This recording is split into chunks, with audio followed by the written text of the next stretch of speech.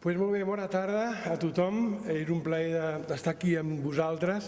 Sempre ho és i de tant en tant el tinc de veure-us i sé que tots estem passant per això, un temps complicat en el sentit de que costa molt normalitzar algunes coses, però, com diem, jo crec que tot té un propòsit i el Senyor està sempre present a la nostra vida. La lectura que ha fet la germana, voy a cambiar al castellano, la lectura que ha hecho nuestra hermana, pues es uno de estos textos en los que normalmente no sueles pararte para predicar sobre él. No es de los que escoges, pero bueno, resulta que en nuestra comunidad ahora estamos exponiendo todo, terminamos ya de exponer todo el libro de Marcos y a mí me tocó este pasaje. Y bueno, es muy curioso cómo cuando pasa eso y tienes que ir a la palabra y ver qué es lo que hay en este texto, qué quiere decir el Señor, curioso como ves cosas sorprendentes que no habías visto y el Señor también te ayuda a entender cuál es el propósito de pasajes como este. Lo he titulado, no sé si habéis seguido en el boletín que tenéis, el título es Radiografía de un fracaso. Y luego he puesto puntos suspensivos y he puesto o no tanto, creo, ¿no? O no tanto. Bueno, radiografía de un fracaso porque nos proponemos profundizar un poco en este fracaso de Pedro, por cierto, muy conocido, ¿verdad? Todos hemos leído este pasaje, incluso nos hemos interpelado y hemos intentado comprender algunas cosas porque es un pasaje que nos desconcierta en un sentido, ¿no? Y sin embargo, hermanos y hermanas, el fracaso es una experiencia muy humana y también nos afecta a nosotros como cristianos, puesto que, como digo, todo lo que es humano pues nos afecta a los cristianos, ¿no? Pero en este fracaso yo creo que, y de ahí la última parte del título, o no tanto, yo creo que podemos ver, no solo vamos a ver algunas cosas sobre el fracaso en sí, sino que vamos a ver también esperanza en el fracaso. Porque de hecho este fracaso de Pedro, creo que como veremos más adelante no fue del todo fracaso. Y bueno, yo este texto lo he dividido en tres ideas básicas, ¿vale? La primera he puesto el iceberg, las cosas que se ven y las que no se ven en nuestra vida, ¿vale? El iceberg, las cosas que se ven y las que no se ven en nuestra vida. En esta tarde todos, hay una parte de nosotros que se ve, que ven los demás, incluso que vemos nosotros, pero hay una parte de nuestra vida que casi ni siquiera nosotros vemos completamente, pero está ahí. Está ahí y nos está afectando, nos está configurando y nos está de alguna forma definiendo quiénes somos. Bueno, hay una parte de nosotros en ese iceberg, ya sabéis que el iceberg pues solamente flota una pequeñísima parte del témpano de hielo que se hunde en el mar y es mucho más voluminosa y ahí está, pero no se ve. En segundo lugar veremos los catalizadores. Catalizadores, ya sabéis, otra palabra un poco rara, pero tiene que ver con la definición que nos da la RAE de los catalizadores. Es dicho de una persona o de una cosa que estimulan el desarrollo de un proceso. Hay cosas que estimulan el desarrollo de un proceso. Y eso, es un catalizador, creo que viene más bien del mundo de la química, pero también lo podemos usar para hablar de catalizadores de nuestra vida. Hay cosas en nuestra vida que precipitan esas cosas que están en nuestro interior, que no las vemos, que no las entendemos, que están ahí, pero hay algo, en este caso, en el caso de Pedro, ¿verdad? ¿Qué fue lo que precipitó ese fracaso, esa negación de Pedro? Bueno, al principio de aquella noche había dicho y jurado: Señor, aunque los demás te nieguen, yo voy a estar ahí. Yo no te voy a negar, porque yo soy Pedro. Y bueno, eso dice mucho también de cuál era la estructura de Pedro, ¿no? Pero hubo un catalizador. ¿Qué fue el catalizador? Bueno, fue que Jesús por primera vez fue detenido. Hasta aquel entonces Jesús se habían visto en apuros, pero Jesús siempre había estado allí para resolver los problemas, pero en aquel momento Jesús estaba detenido y él nunca había sentido un temor como aquel.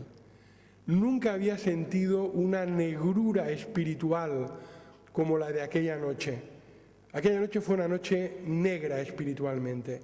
Fue una noche, Jesús dijo en uno de los evangelios: ahora viene, dice, el poder de las tinieblas, ¿no? En aquella noche fue la hora de las tinieblas, ¿no? Y Pedro se sintió solo y, bueno, hubo algo que catalizó en su ser unas actitudes y unos temores de los que él no era consciente, pero que salieron, ¿no? Y por último, el último punto que veremos es el dolor que sana y transforma. La tristeza según Dios. Acaba este pasaje con una frase muy corta, ¿no? Dice el texto que Pedro rompió a llorar. Y bueno, lo dice en otros evangelios, dice Pedro lloró amargamente. Pero en cualquier caso fue algo que le desgarró por dentro y expresó un dolor profundo de su ser, ¿no? Así que vamos a considerar estas tres ideas, ¿vale? En primer lugar, el se ve y lo que no se ve en nuestra vida. Hay cosas que se ven, cosas que no se ven. Y bueno, por su propia definición, pues no podríamos saber mucho de lo que había dentro de Pedro si no fuera porque la palabra de Dios misma nos dice muchas cosas que nos permiten entender un poco dónde estaba Pedro en aquel momento. Cuáles eran las aspiraciones, las metas, los pensamientos, las actitudes de Pedro. Por ejemplo, sabéis que seguro que si habéis leído los evangelios os habrá sorprendido, como a mí, que en aquellos días, en aquella misma noche, ¿sabéis de qué estaban hablando los discípulos, Pedro entre ellos? ¿Os acordáis? ¿Quién iba a ser el mayor entre ellos? Aquello era un debate que se estaba cociendo a fuego lento desde hacía mucho tiempo y que era realmente algo que preocupaba mucho a los discípulos. ¿Quién iba a ser el mayor? De hecho, la madre de Juan y de Jacobo incluso se atrevió a interceder a Jesús: Señor, haz que cuando llegue el momento, mis dos hijos, uno a tu derecha y otro a tu izquierda. ¿No? Bueno, desde nuestra óptica, que ya hemos leído todo el Evangelio y nos parece muy sorprendente, ¿verdad? Que después de 3 años con Jesús, después de haber oído todo lo que habían oído, ¿verdad?, siguieran con esta especie de objetivos y de valores. Porque Jesús les había dicho en Marcos: el Hijo del Hombre no ha venido para ser servido, sino para servir y para dar su vida en rescate por muchos. Y en el reino de Dios el mayor no es como en el mundo. El mayor es el que sirve, el que se entrega a los demás, el que ama. Así que esto era algo que, aún así, fijaos, hermanos, la capacidad que tenemos, ¿verdad?, de leer la palabra de Dios, de escuchar la palabra de Dios y, sin embargo, seguir R con lo nuestro. Seguir R con lo nuestro. El mayor, sí, vale, es verdad, en el reino, el que sirve, pero yo quiero ser el mayor, quiero mandar, quiero estar a la diestra, ¿no? Y Pedro estaba ahí. Pedro tenía, hermanos y hermanas, ambición humana. Eso también, otro detalle, ¿verdad? No hacía tanto. Pedro le había dicho a Jesús, cuando Jesús dijo que iba a ir a la cruz, que iba a morir, dijo: Señor, ¿cómo vas a ir a la cruz? en ninguna manera te acontezca. Tú no puedes ir a la cruz, tú no puedes morir. Y es que Pedro estaba enfocado en una idea de lo que es el triunfo, de lo que es el bienestar, de lo que es la felicidad. No había Pedro interiorizado que era necesario que aquello sucediera. En el esquema de Pedro había una visión muy humana del éxito, de lo que es triunfar, y eso estaba ahí en Pedro, y Pedro le estaba dando vueltas, ¿verdad? Le estaba dando vueltas a todas estas cosas. De hecho, hermanos, otro detalle interesante en cuanto a Pedro era que aquella misma noche Jesús le había dicho: Pedro, Pedro, esta noche, antes de que cante el gallo, me vas a negar 3 veces que me conoces. ¿Cuál había sido la reacción de Pedro? Señor, ¿qué va? ¿Te equivocas? ¿Te equivocas? Aunque todos los demás te nieguen, yo no te voy a negar. Fijaos, hay 2 cosas aquí. En primer lugar, Pedro tenía una idea de sí mismo como de que él no era como los demás. Los demás te pueden negar, Señor, pero yo no. Él tenía una idea de sí mismo muy poco realista. Él no se conocía a sí mismo y, por supuesto, tenía una idea también un poco arrogante, ¿no?, de quién era él. Aunque los demás te nieguen, yo no voy a negarte nunca. Esto por un lado. Y por otro lado, fijaos, el Señor le había dicho: Pedro, esta noche vas a responder de esta manera, ¿no? Es el Señor quien le está hablando a Pedro. Pero él se atreve a contradecir al Señor. En lugar de estar receptivo a las palabras del Señor, en lugar de quedarse perplejo y decir: Señor, pues ¿y qué puedo hacer para que esto no sea así? En lugar de dar por válidas las palabras de Jesús, Pedro se atreve a contradecirle, a decir: Señor, a ver, ¿qué me estás diciendo? Que yo no soy así, que yo no voy a hacer eso. Y hermanos, ¿cuántas veces, verdad, podemos hacer este tipo de cosas? Podemos leer en la palabra algo y decir: bueno, esto es para el hermano, para la hermana, pero para mí no. Yo no soy así. En lugar de interiorizar, en lugar de decir: Señor, ayúdame, ayúdame a ver lo que hay en mí, ¿no? Hay una oración en el Salmo 139 que dice: examíname, Señor, y conoce mi corazón, pruébame, conoce mis pensamientos y ves ahí en mi camino de perversidad y guíame en el camino eterno. Bueno, esta oración, hermanos, es muy importante que la hagamos, que la podamos hacer de todo corazón.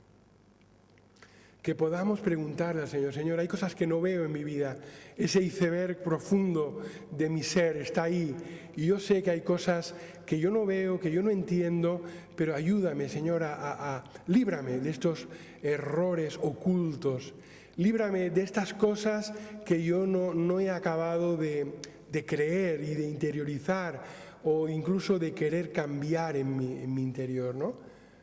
Bueno, Pedro no estaba en esta actitud. Pedro no estaba en esta actitud. Y hay una última cosa, creo que, bueno, seguro que se os pueden ocurrir más, pero hay una última cosa que creo que también es clave, y es que algo que también había sucedido hacía muy poco tiempo.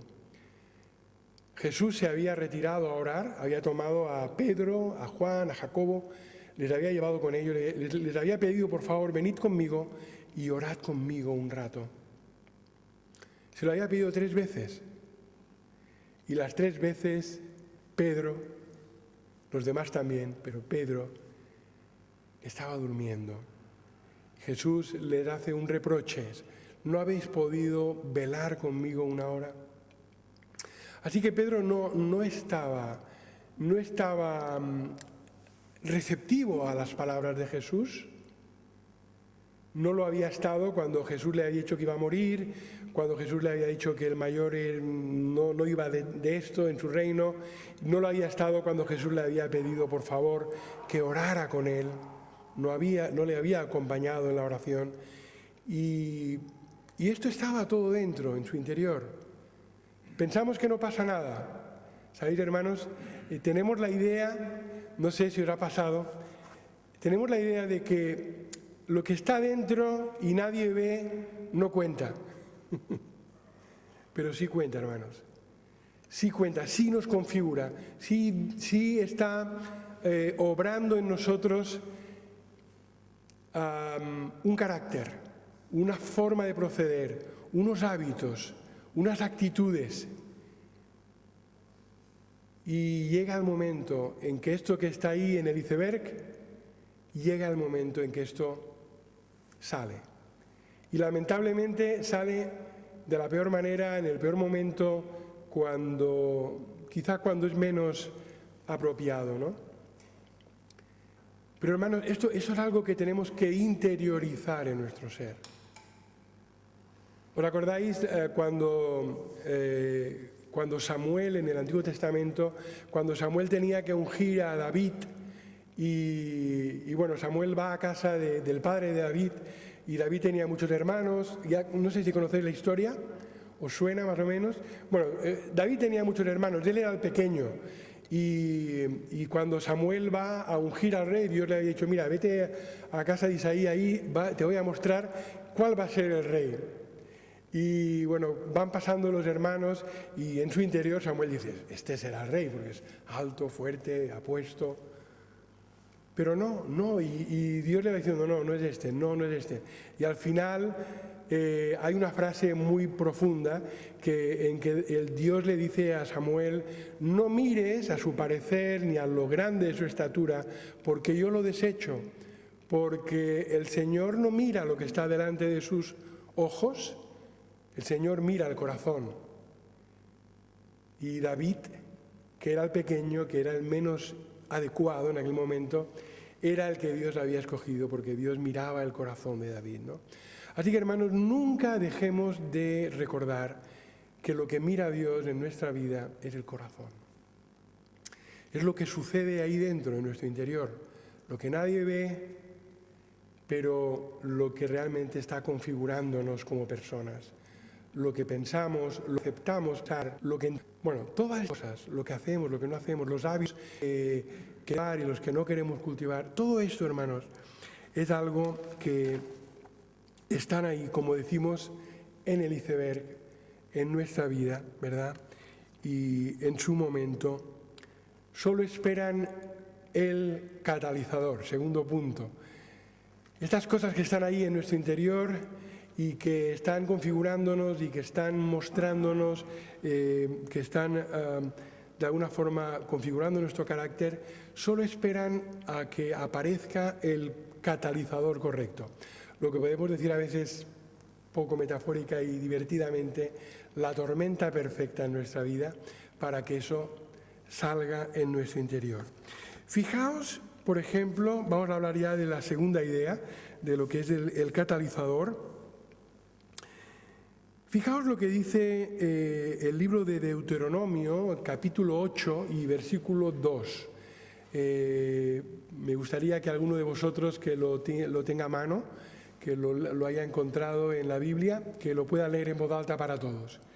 Te acordarás de todo el camino por donde te ha traído Jehová tu Dios estos 40 años en el desierto, para afligirte, para probarte, para saber lo que había en tu corazón, si habías de guardar o no sus mandamientos. Bueno, aquí tenemos, hermanos, uno de esos catalizadores de la Escritura, ¿verdad? Dice aquí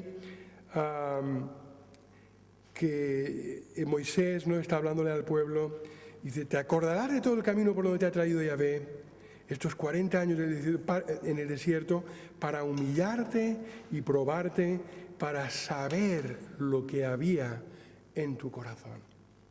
Así que todo aquel tiempo en el desierto sirvió, entre otras cosas, para mostrarles al pueblo de Israel lo que realmente había en su corazón. si tenían ganas de servir al Señor, si querían obedecerle o si realmente decían que sí, pero era que no. Bueno, ya sabéis, ¿no? Es una lectura muy interesante, el libro de Números, Éxodo Números, que cuentan toda esa trayectoria de Israel en el desierto y muestran muchas de estas pruebas, ¿no? Y de hecho el apóstol Pablo en el Nuevo Testamento lo recoge y en el capítulo 10 de 1 Corintios dice, todas estas cosas que pasaron son para enseñarnos a nosotros. O sea, Pablo está diciendo, todo aquello que pasó en el desierto, no penséis que es solo para ellos. Todo aquello pasó para enseñarnos a nosotros, los que hemos llegado al final de los tiempos, dice Pablo, ¿no? Porque, ya sabéis que el final de los tiempos para los autores del Nuevo Testamento empieza la última etapa, empieza con la venida del Señor, ¿no? Bueno, en cualquier caso, hermanos, catalizadores, ¿verdad? Como hemos dicho antes, los catalizadores son una cosa o una persona que estimula el desarrollo de un proceso. Y el Señor, en su misericordia, permite que haya muchas cosas en la vida que nos ayuden a ver lo que no vemos normalmente. Y a veces es una enfermedad, o a veces puede ser algo bueno. De hecho, hay un refrán andaluz a mí me hace gracia, que sobre eso, ¿no? Sobre los catalizadores, que dice, si quieres saber cómo es Juanillo, dale un carguillo. O sea, si quieres saber cómo es una persona, dale un cargo, dale poder, permítele que use este poder y te darás cuenta de lo que realmente hay en él, ¿no? En esa persona. Y bueno, o sea que no siempre los catalizadores son cosas negativas, a veces es eso, es algo positivo. Alguien que de repente pues tiene un ascenso y tiene poder, o que de repente pues tiene mucho dinero, tiene una herencia, o le toca la lotería, o le ascienden y gana, ¿no? Bueno, en el momento en que eso sucede, las personas empezamos a hacer un poco lo que queremos hacer de verdad. Y se muestran muchas de las cosas que hay en nuestro corazón, ¿verdad? Así que, hermanos, en el caso de Pedro, este catalizador fue, como antes hemos dicho, una situación muy dura, ¿verdad? Fue que él estaba muy seguro de sí mismo, probablemente Pedro había sido, algunos estudiosos creen que Pedro era el encargado de la pesca de la familia de Zebedeo, que tenían una empresa de pesca, y probablemente creen que Pedro era el capataz, el que dirigía. O sea, que Pedro había tenido bajo sus órdenes a Juan, a Jacobo, aunque ellos eran los hijos del amo, digamos, pero Pedro era un hombre ya un poco mayor que ellos, estaba casado, tenía familia, así que era un hombre seguro de sí mismo, era un hombre que estaba muy convencido de que no iba a hacer aquello, ¿no? De hecho, hermanos, yo creo que para Pedro había muchas cosas que se podían perdonar. Pero probablemente para la mentalidad de Pedro, lo que él mismo hizo fue lo más imperdonable. Para él mismo era lo más imperdonable, porque era un acto de cobardía y era un acto, en cierto modo, de traición. Y por el esquema que entendemos de Pedro, él estaba convencido de que lo que no se podía perdonar era la cobardía y la traición. Y los demás hasta aquel momento, él había sacado la espada y él se había enfrentado a todo aquello. Y los demás huyeron. Pero él poco podía imaginar que él iba precisamente a caer en cobardía y a caer en aquella traición a su maestro, ¿no? Así que, hermanos, los catalizadores en la vida llegan, ¿verdad? Yo creo que de alguna forma también esta pandemia, entre otras muchas cosas, creo que es también un catalizador. Es algo que nos ha ayudado a hablar con nosotros mismos de otra forma, a tener más tiempo, a ver cosas que, bueno, esto es algo muy personal, ¿no? Pero yo entiendo, en mi caso personal, ha tenido un efecto de catalizador, de ver en mi corazón, en mi vida, cosas que yo no estaba viendo, ¿no? Así que, hermanos, el Señor quiere en su momento que veamos, ¿verdad? Que veamos estas cosas que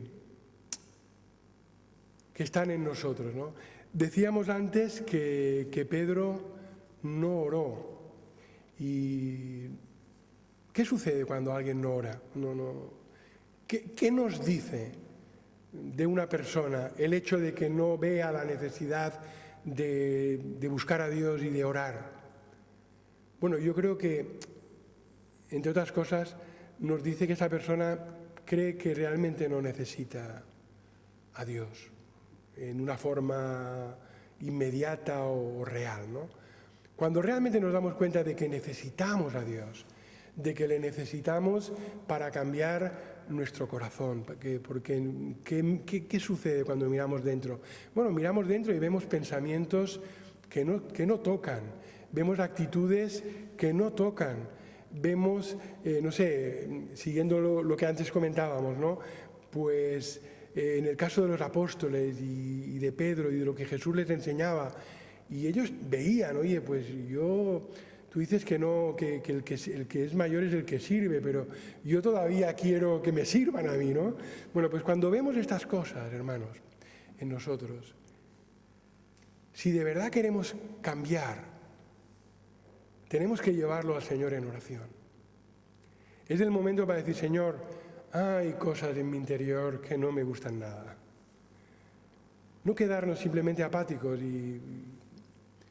sino decir, Señor, ayúdame.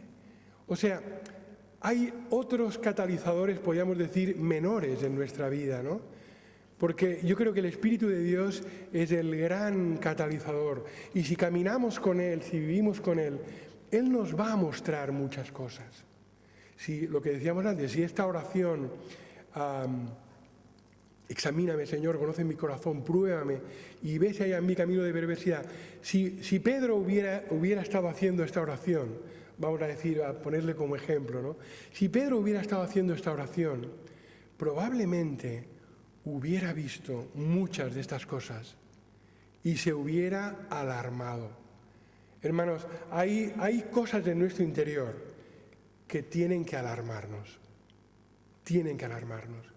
Si vemos que no hay deseos de buscar al Señor en oración, por ejemplo, si vemos que lo que realmente nos llena y lo que realmente buscamos son cosas, vamos a llamar superficiales, cosas de este mundo, entretenimiento, y lo que realmente queremos es evadirnos, hermanos, se tienen que encender luces rojas porque eso significa que no estamos conectando con la realidad. Hermanos, la realidad es que muy pronto vamos a estar con el Señor. Muy pronto ya sabéis, hermanos, eso lo decimos y lo repetimos, la vida pasa rápido, acaba rápido y estaremos delante del Señor y le veremos y estaremos en el tribunal de Cristo, ¿no? Y todo esto, hermanos, tiene que motivarnos. ¿A qué? Como dice Juan, ¿no? Dice, y el que tiene esta esperanza en Él, ¿os acordáis lo que sigue? El que tiene esta esperanza en Él, primera de Juan 3 creo que es, dice, el que tiene esta esperanza en Él se purifica, así como Él es puro, ¿no? O sea, cuando tenemos esta esperanza, hermanos, hay un deseo de cambiar, ¿no? Pedro, hasta este momento, Pedro parece que no lo veía así. Él estaba seguro de sí mismo, estaba tranquilo, era un hombre autosuficiente, el Señor se estaba equivocando. Pero, hermanos, aquella noche, Pedro, el Señor le puso un espejo delante. Un espejo es una de las cosas más duras, ¿verdad? Un espejo espiritual es una de las cosas más duras que el Señor pone delante de nosotros. Ayudarnos a vernos realmente, como somos. Y por supuesto luego está la gracia de Dios, gloria a Dios. El Señor no pone el espejo solo, pero el espejo es necesario para que luego apreciemos y valoremos la gracia que nos cambia. La gracia que nos hace diferentes.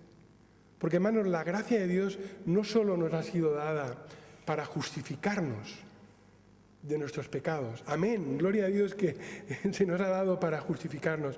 Pero la gracia de Dios nos ha sido dada para transformarnos, para cambiarnos en la imagen de Jesús. ¿Cómo sucede esto? Hay dos cosas. Hemos de mirar a Jesús, pero hemos de vernos también a nosotros mismos. Hemos de ver su gloria, pero hemos de ver nuestra necesidad. Y esa necesidad es la que nos mueve a clamar a Él y a pedirle: Señor, ayúdame, Señor, cámbiame. Quiero ser como tú, quiero amar como tú amas, quiero servir como tú sirves, quiero ser humilde como tú eres, quiero tener las prioridades que he de tener, ¿no? Así que esto es los catalizadores. En la vida hay catalizadores, pero recuerda que el gran catalizador es del Espíritu Santo. Y quizá si Pedro hubiera escuchado antes al Señor, la historia la hubiéramos tenido que escribir de otra manera. Quizá Pedro no hubiera negado al Señor. Bueno, eso es especular, ¿no? Pero yo creo positivamente, hay un salmo que dice: te haré entender, ¿os acordáis? Creo que es el 32:8, te haré entender, te enseñaré el camino que debes andar. Y luego añade: no seáis como el caballo o como el mulo sin entendimiento, que tienen que ser sujetados con cabestro y con freno. Dice: no seáis así. No esperéis a que tenga que pasar algo gordo para que me escuchéis. No esperéis a que tenga que usar el altavoz, el dolor, no. Dice: sed sensibles a mi voz, porque entonces yo voy a cambiaros sin necesidad de usar el cabestro o el freno, ¿no? Último punto, hermanos. Vamos a la última idea de esta tarde. El dolor que sana y transforma, la tristeza según Dios. El dolor que sana y transforma, la tristeza según Dios. Este pasaje, hermanos, termina, como hemos dicho, con algo que nos toca, que nos llega, ¿verdad? Pedro dice que rompió a llorar. Es como que con el tercer canto del gallo, con su tercer esfuerzo por convencer a todo el mundo de que él no conocía a Jesús, de repente, ¡pum!, llega la luz del Espíritu de Dios a su corazón, se acuerda de las palabras que Jesús le ha dicho, se da cuenta de lo que ha hecho y dice: pero ¿quién soy yo? ¿Quién soy yo realmente? ¿Cómo puedo ser así, no? Así que llora, ¿no? Rompe a llorar, es un lloro, es un llanto de dolor, de desesperación en aquel momento. Por eso he titulado, ¿verdad?, radiografía de un fracaso o no tanto. Porque, hermanos, creo que aquel momento fue un punto de inflexión en la vida de Pedro. En aquel momento bajo, en aquel momento de quebrantamiento, en aquel momento de ver la realidad sobre sí mismo, Pedro empezó a cambiar. Pedro hizo un cambio de mente. Y ya sabéis, hermanos, que los días siguientes fueron muy agitados. La muerte, la sepultura, la resurrección, las apariciones, el desaliento de Pedro. Aún después de la resurrección, pero hubo una de esas apariciones en las que Jesús habló con Pedro. ¿Os acordáis? De hecho, hay un mensaje en las apariciones, el Señor le dice a las mujeres: decid a los discípulos y a Pedro que voy a Galilea. Y ahí fue donde se encontraron, en Galilea. Jesús había preparado el desayuno y Jesús le preguntó 3 veces si le amaba. Y aquello fue muy doloroso. En sí mismo es un mensaje todo esto, ¿no? Pero, hermanos, a partir de ahí con aquel dolor, con aquella tristeza, Pedro empezó realmente a tocar de pies en el suelo. Porque todos tenemos a Pedro por alguien que tocaba de pies en el suelo, pero en realidad, en cuanto a la percepción de sí mismo, Pedro no tocaba de pies en el suelo. Él creía que era algo que no era. Y siempre, hermanos, hemos de partir de este punto. Cualquier cambio en nuestra vida tiene que empezar ahí. Tiene que empezar en una percepción exacta de lo que hay en nosotros. Porque solo entonces podremos ir al Señor, ¿no? Hay un texto que con él vamos a terminar, segunda de Corintios, capítulo 7 y versículos 9 al 10. Segunda de Corintios 7 y versículos 9 al 10, en el que Pablo dice: ahora me regocijo no porque fuisteis contristados, sino porque fuisteis contristados para arrepentimiento, porque fuisteis contristados según Dios, para que nada sufrierais pérdida por causa de nosotros. Porque la tristeza que es según Dios causa arrepentimiento para salvación sin remordimiento, pero la tristeza del mundo produce muerte. Aquí Pablo habla de dos tipos de tristeza. Habla de una tristeza según Dios. Ya sabéis del contexto de este pasaje, en Corinto había muchos desórdenes de muchos tipos. Pablo había hablado muy fuerte con algunos hermanos y les había hablado con mucha dureza, pero aquella dureza había producido cambios en ellos. Y Pablo se refiere a ello, ¿no? Y dice esto: me alegro, dice, no porque fuisteis contristados. O sea, Pablo no es que quisiera ir amargando la vida de la gente y entristeciendo a todo el mundo, pero cuando era necesario, Pablo le dijo la verdad y dijo: y lo que me alegra es no la tristeza en sí, sino que esa tristeza ha sido para cambio, para arrepentimiento. La palabra arrepentimiento es otra de las palabras que suenan raras y que no usamos mucho, pero es una bendita palabra, ¿no? Porque significa que hay un cambio en nosotros, ¿no? Significa literalmente cambio de dirección. Y tiene que ver con que tú vas por un mal camino. Y eso, hermanos, puede pasarnos a los creyentes también, ¿verdad?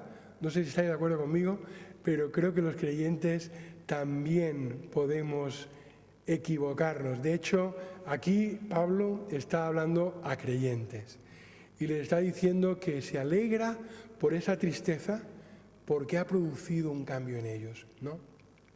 Así que, hermanos, aquí Pablo nos está dando la clave de los cambios en nuestra vida. ¿Cómo cambiamos? Cuando nos arrepentimos. Cambiamos cuando vemos algo, vemos una realidad que nos trae uno de esos catalizadores. Algo que nos pasa, o la voz del Señor, o algo, o un mensaje, ¿no? Pero en lugar de decir, bueno, qué bien, tal y cual, y de minimizarlo, lo tomamos en serio y lo llevamos a Dios y le decimos: Señor, me has hablado, ayúdame. Te doy gracias por tu perdón, pero no quiero solo el perdón, quiero el poder que me cambia, el poder que me hace más como Jesús, para poder ser más útil. Hermanos, es decirle: Señor, quiero vivir una vida que cuente para la eternidad. No quiero perderme en cosas que realmente no van a tener mucho sentido, ¿no? Así que esta es la tristeza según Dios. Fijaos que al final acaba diciendo que hay una tristeza en el mundo que es para muerte. Es esa tristeza un poco cínica. Hay mucha gente que está en esta dinámica. Vemos el mundo, vemos la realidad, no hay muchas razones para el optimismo, ¿verdad? Y las personas se vuelven cínicas. Tristeza del mundo, ¿verdad? Es una especie de cinismo. Lo miran todo desde la distancia, con tristeza, pero no quieren cambiar. No quieren arrepentirse, no quieren buscar a Dios para que les ayude. Y esa tristeza no sirve de nada. Es tristeza de muerte, ¿no? Pues bien, hermanos, esta tarde hemos hablado del fracaso de Pedro. Hemos hablado de la radiografía de un fracaso o no tanto. Porque a partir de ahí, hermanos, Pedro empezó, bueno, hermanos, es maravilloso ver al Pedro de después, ¿verdad? Al Pedro de Pentecostés, solo 40 días después. El Pedro que había negado, ¿ahora qué hace? Está ahí delante de todo el mundo, diciendo, vosotros habéis matado a Jesús, pero Jesús es Señor y yo soy su siervo, y predicando el arrepentimiento. Hermanos, qué maravilloso, ¿no? En solo 40 días, eso es algo tremendo, ¿no? Lo que el Señor hace en nuestra vida, cuando realmente vamos a Él con un corazón dispuesto y sincero, ¿no? Así que el iceberg, vamos a repasar muy brevemente. Hay un iceberg en nuestra vida, cosas que vemos, cosas que no vemos, pero esas cosas que no vemos, a veces tampoco queremos verlas, ¿verdad? Vamos a ser fieles, vamos a pedirle al Señor, Señor, ayúdame a ver mi iceberg personal, ayúdame a verme como soy, como tú me ves, ¿vale? Hay también catalizadores para cuando no nos vemos. Hay cosas, situaciones que nos dan a vernos como somos, pero no te olvides que hay un dolor que es bueno. Hay un dolor que nos sana, que nos cambia, ese dolor de la tristeza según Dios, ese dolor de verte fuera de donde tienes que estar, ¿no? Así que no te desanimes, hay un dolor que es bueno, no lo rechaces, llévalo al Señor y ese dolor te va a cambiar, te va a transformar, ¿no? Pues bien, hermanos, que el Señor nos ayude a todos, porque es maravilloso lo que Él quiere hacer con nosotros, lo que hizo con Pedro, porque Pedro al final de su vida era un hombre nuevo. Solo tenéis que leer primera y segunda de Pedro e intentar ver qué Pedro escribe ahí. Hermanos, es otro Pedro, es un Pedro muy distinto, porque ha sido transformado por la gracia de Dios. Amén.